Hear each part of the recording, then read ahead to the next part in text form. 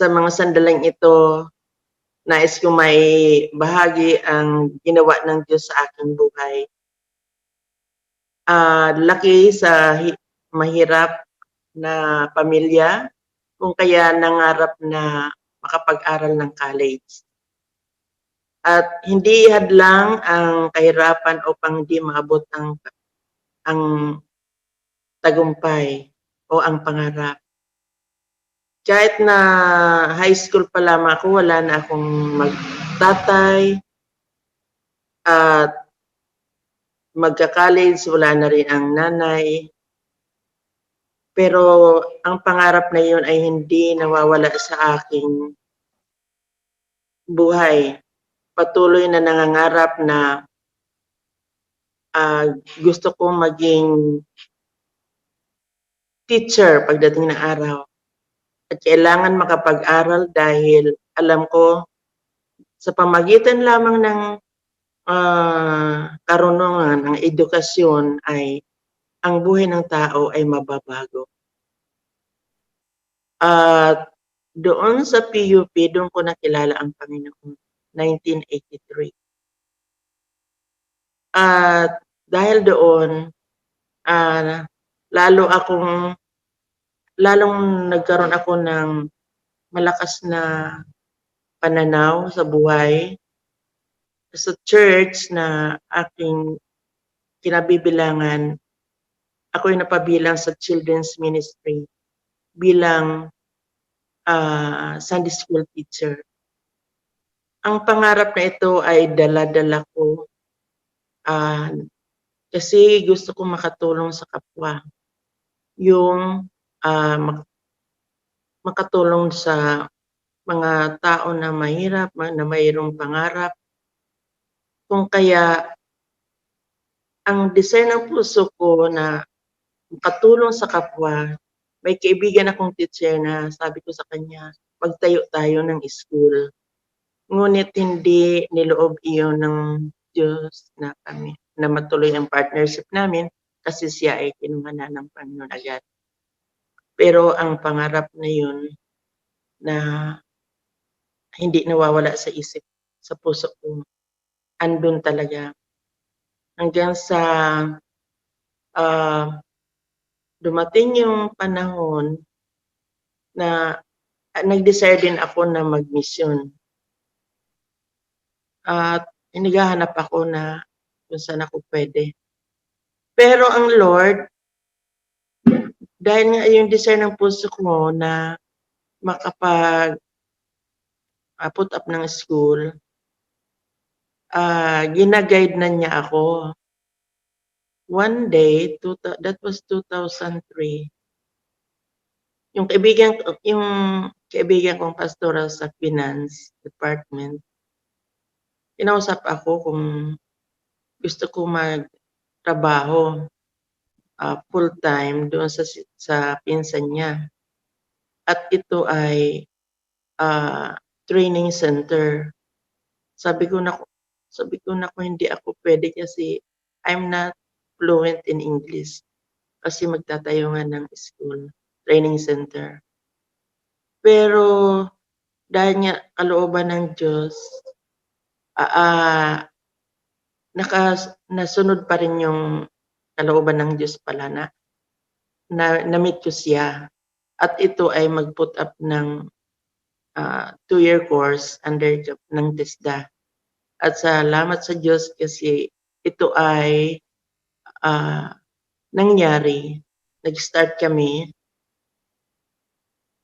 ng school.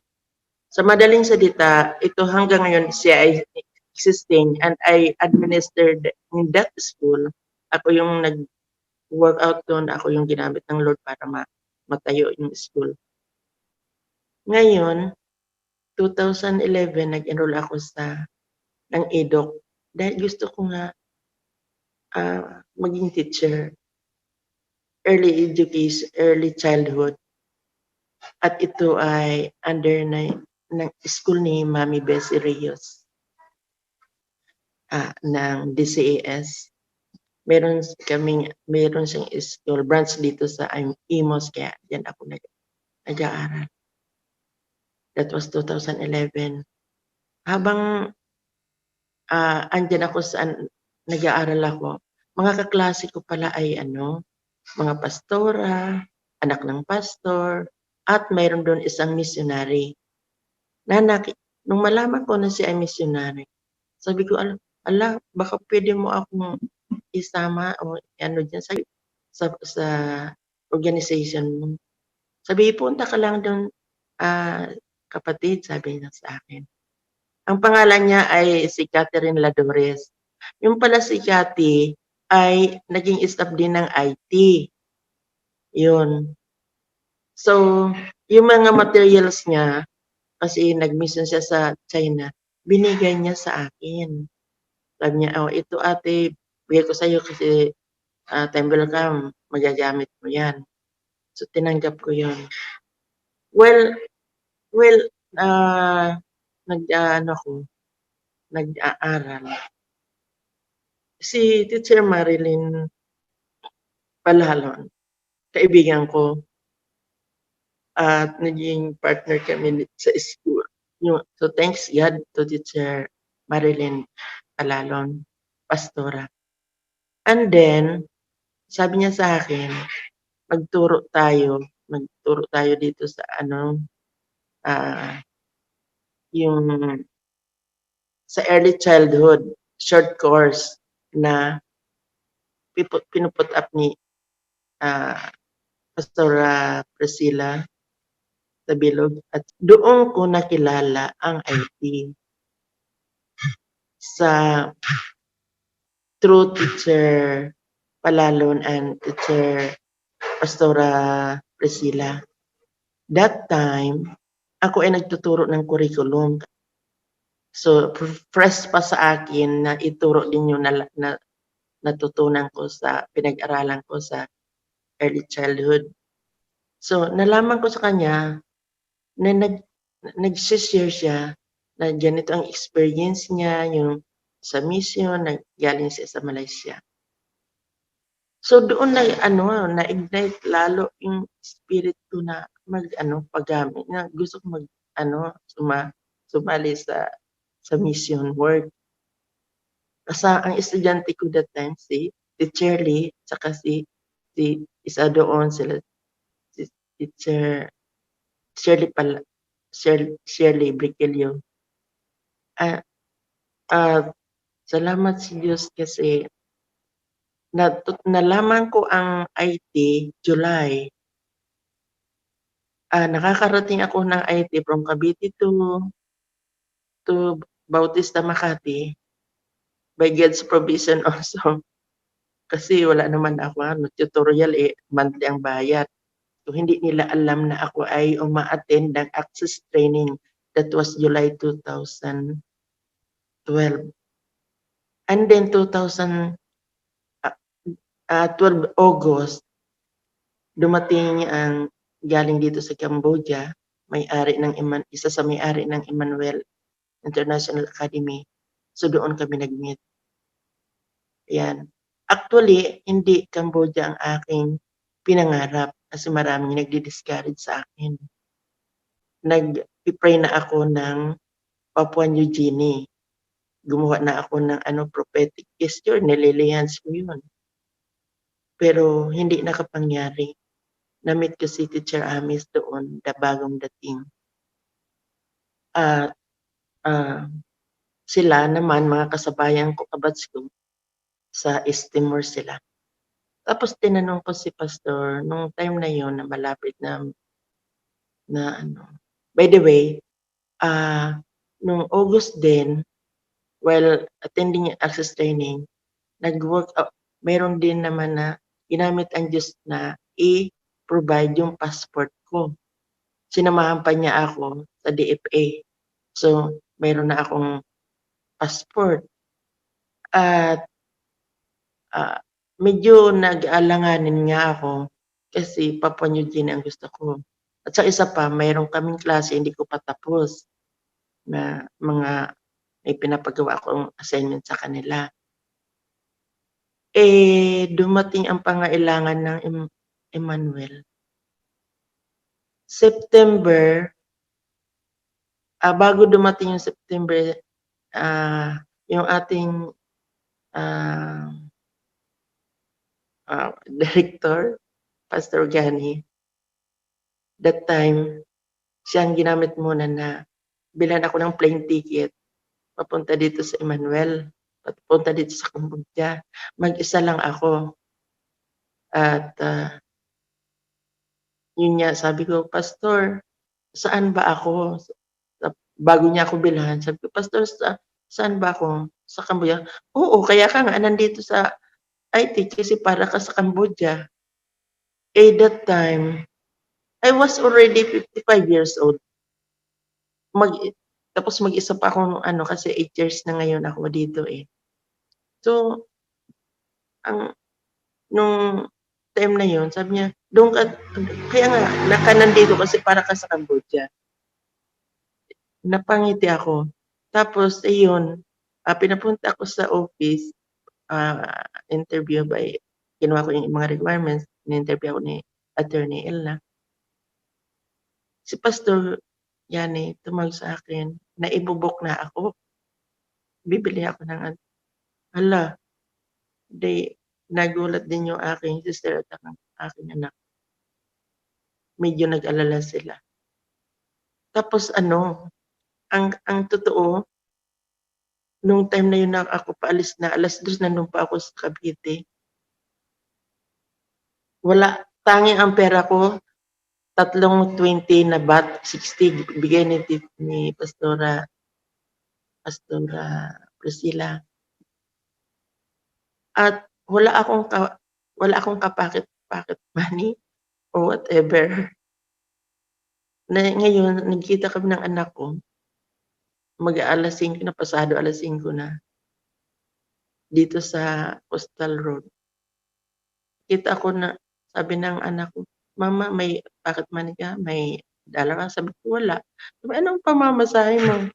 At tapos alam mo, inabutan niya ako ng, more than $50 na ano, na mga barya-barya. $5 like that, $10, $1 like that. Bale 50. So yun, ayun pala yung pagdating ko naman, actually na-interrogate ako, eh. Pero sabi ko, babalik ako, eh. Ngayon, sinabi ng interrogate sa'kin, sabi niya, "Palitan mo na lang 'yan na ano mo."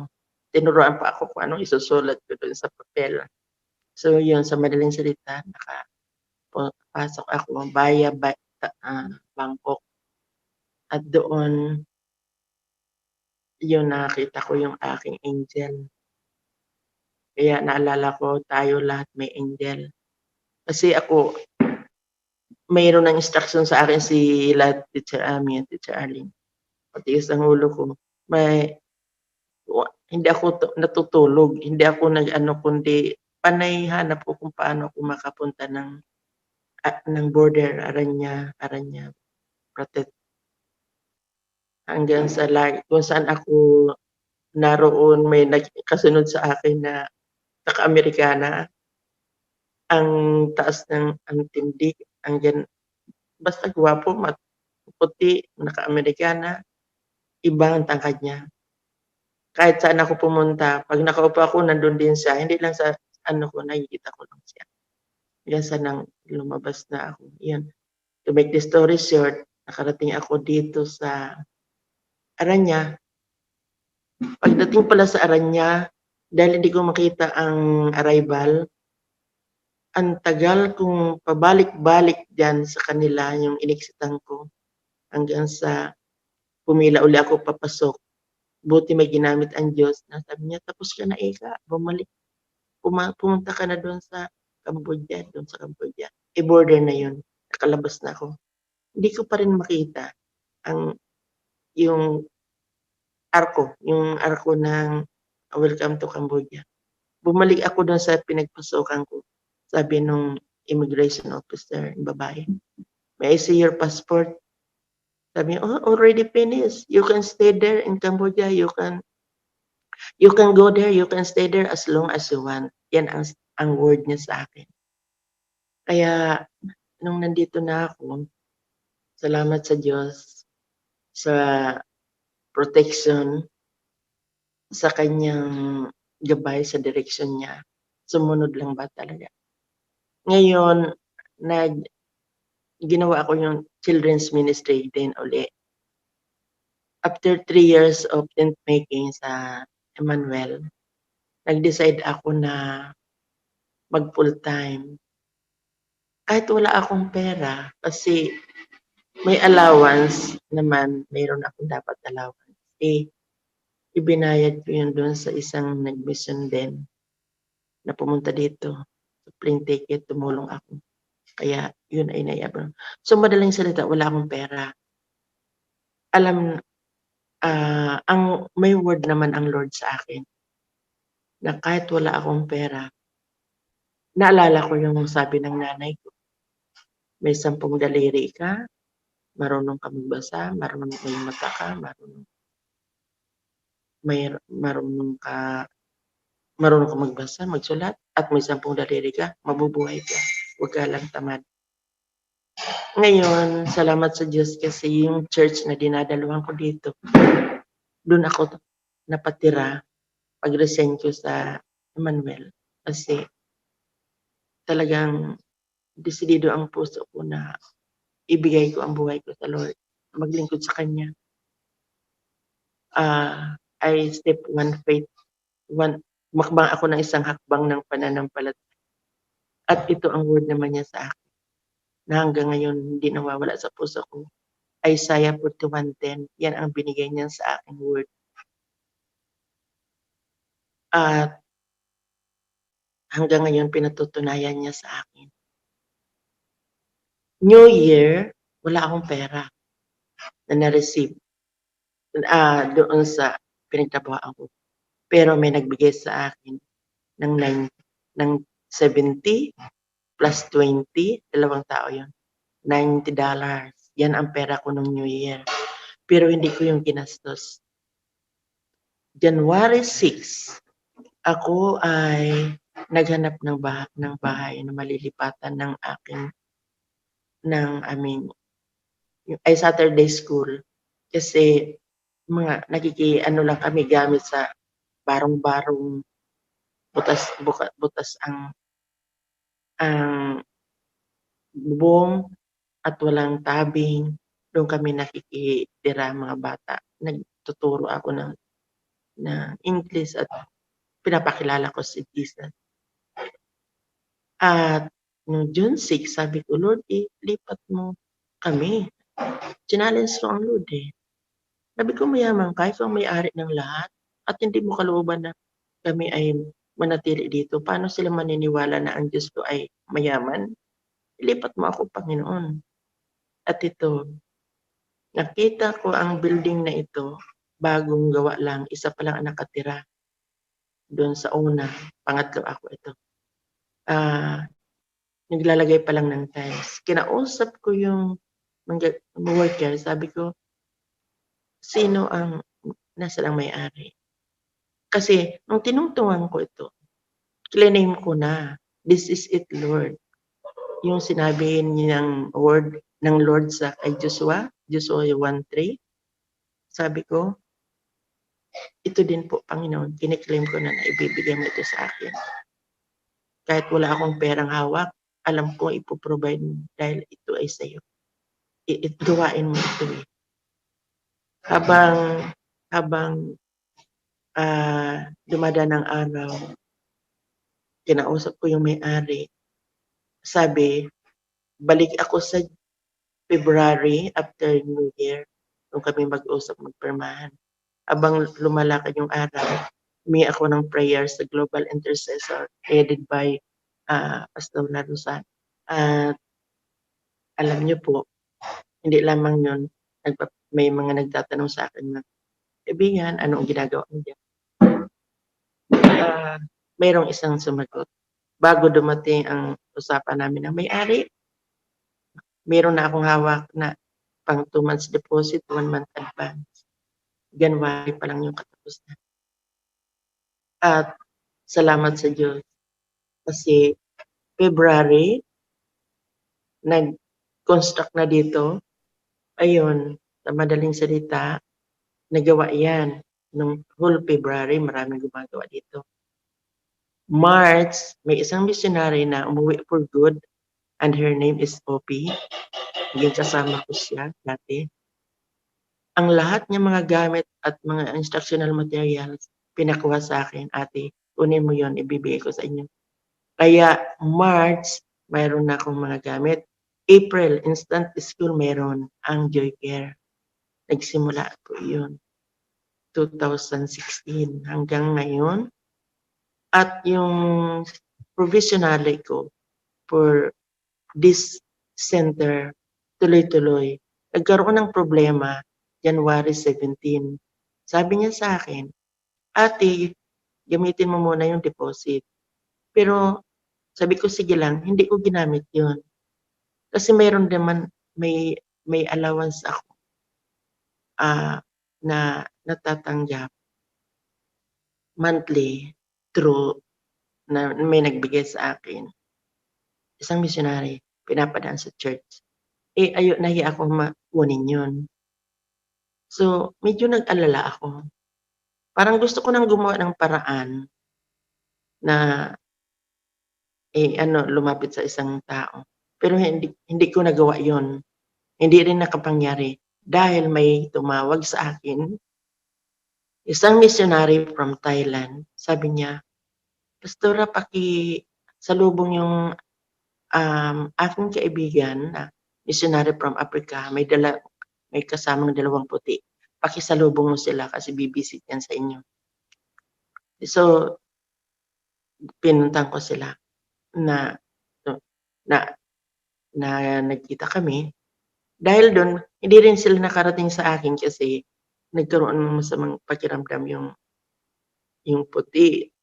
Author siya ng libro ng Great Awakening. Ngayon, dinala ko sila dun sa Holiday Palace Restaurant. Habang inaantay ko namin yung order, tinatanong ko, ini-interview ako kung anong ginagawa ko dito sa Cambodia, sa Poipet. Kasi pala sila, yun din ang kanilang ginagawa, nagbibisita sila ng country to country na nagfi-feeding sila. Sabi ko, ito po tuturo ako sa mga bata, sa mga mahirap, walang bayad, may feeding program at higit sa lahat, sila ay isinesend ko at tinutulungan ko na makapag-aral sa semi-private school. Send them to school, yun po ang aking programa. At habang gano'n ang ini-interview ako, inabutan ako ng sobre na ang laman ay higit pa do'n sa kailangan ko. Ang kailangan ko that time is 2,000 baht, pero ang binigay nila ay 3,000 baht. Sabi ko, "Lord, napakabuti mo kasi ayaw mo na gumawa ako ng paraan sa sarili kong paraan, kundi paraan niya." Gano'n siya talaga. So ngayon, continuous pa rin yung, provisionary ko sa pagbabayad sa rental dito. Dahil nga sa mayroon din siyang pinapaaral mga anak, natigil yun. So, in short, kahit natigil at yung aking allowance ang sumasalo na yun na lang din ang aking binabayad, yung natatanggap kong na allowance. Pero kahit gano'n pa man, di ako nag-complain at hindi rin kami pinagkukulang ng Panginoon.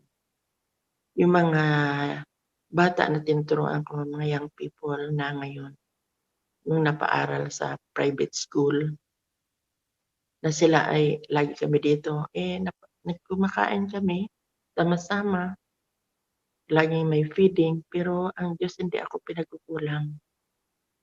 Laging sapat. Ngayon, ah, hanggang sa dumating itong COVID. Itong COVID, March, nagpapasalamat ako sa Diyos kasi alam niyo mga kapatid, may sumagot sa akin rental for the whole year. So sabi niya, yung allowance mo gamitin mo yun para sa sarili mo. sa sarili mo lang. Dahil ako ay nagme-medication dahil tumaas yung BP ko. Pero I claim the healing dahil sabi ko nga sa Lord, Lord, bawal dito magkasakit at hindi mo kalooban na ako ay magkasakit.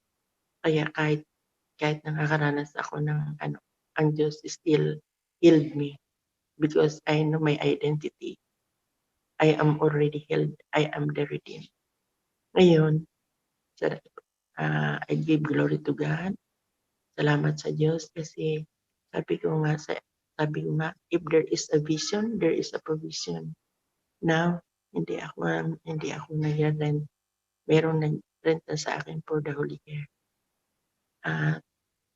Nitong COVID time, hindi kami pinagkukulang ng Lord. Mayroon at marami pa ang nakakapag-bless pa kami kasi may ginagamit ang Diyos na sino man na mga tao para bigyan kami ng bigas para kami din makapagbigay ng bigas at nasisiyahan pa sila ng patungkol sa Panginoon. Share the love of God. At nagpapasalamat ako sa Diyos kasi totoo ang salita ng Diyos. We must stand in the promises of God. Huwag tayong mawala ng pag-asa dahil kahit dumaan man tayo sa anumang pagsubok,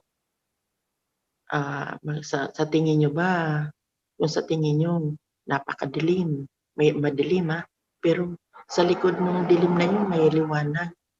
At ito ang tandaan, hindi laging gabi, may araw din. At higit sa lahat, ang ating saklolo ay galing sa Diyos. Nilalang niya tayo special. Special tayo sa Diyos.